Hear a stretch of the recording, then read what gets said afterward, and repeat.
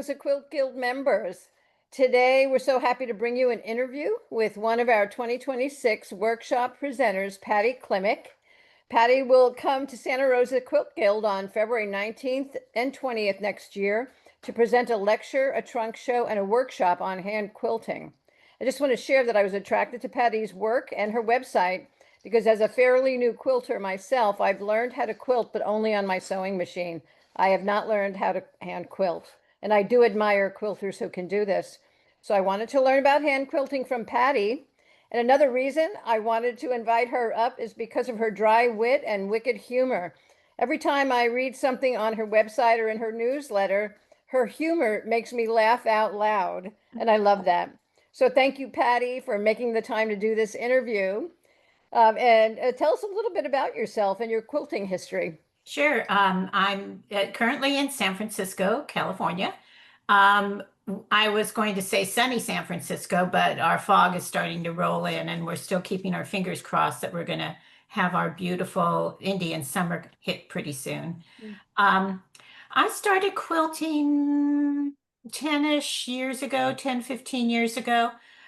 Seriously, I had always kind of like did hit and miss stuff. I first started quilting when I was a girl. I was a very bookish girl. I really loved to read. I still do. And my favorite books were like The Little House on the Prairie and Anne of Green Gables, the serial type of books. And one of the things that the heroines always did in that book was they sat down with their moms and worked on quilts for like half an hour in the afternoon. So I decided one summer I was going to do that too. I was going to learn how to quilt. And now I have or I had a very crafty mom, and she was also a professional tailor. So she knew how to sew, and she had made a quilt for my brothers, and I still have it. But what what I did is I started off, of course, with doll quilts, and my mom guided me. But then after, doing this for a couple of times of making doll quilts, I got tired of it, like all girls do, and went on to other things. I picked up quilting again when I was in college. I made a quilt top, which was a disaster. It went into what I call the closet of no return.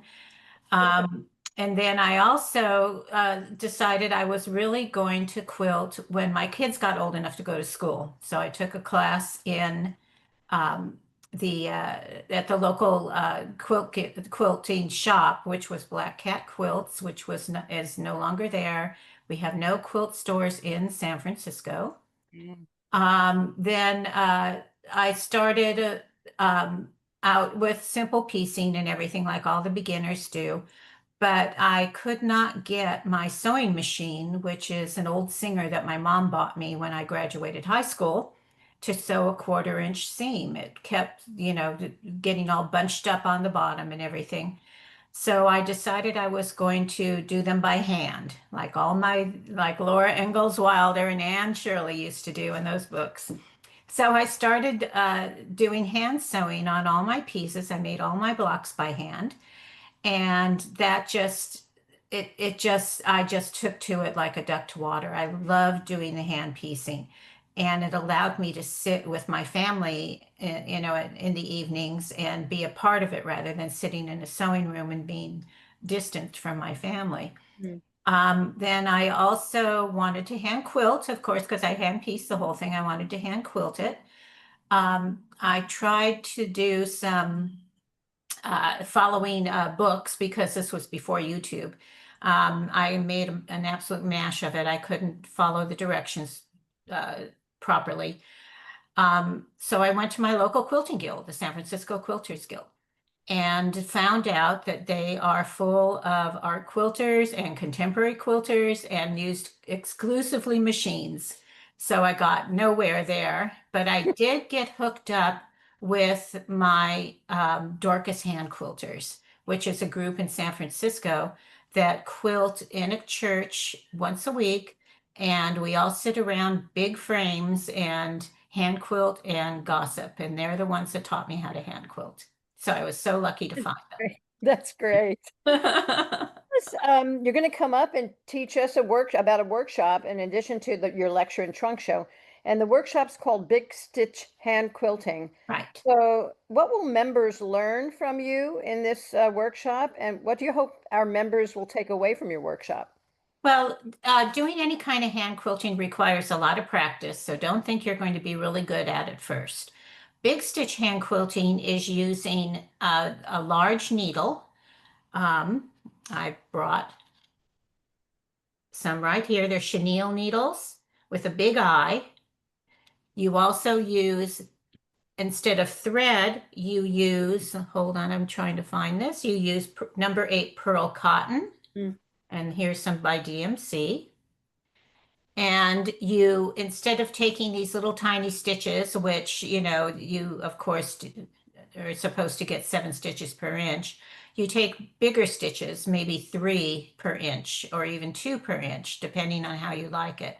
So that they're not a recessed stitch. They're very prominent. They're very eye forward. So what we're going to do is we're going to learn how to do those stitches.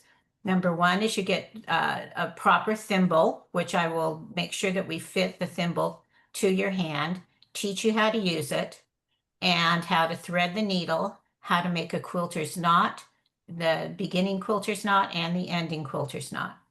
Then I supply a top, I supply the batting, you supply the backing, and we will learn how to baste that all together. Now, we thread based because using safety pins or anything like that is real. If you put a quilt into a quilter's hoop, it's just the pins just get in the way.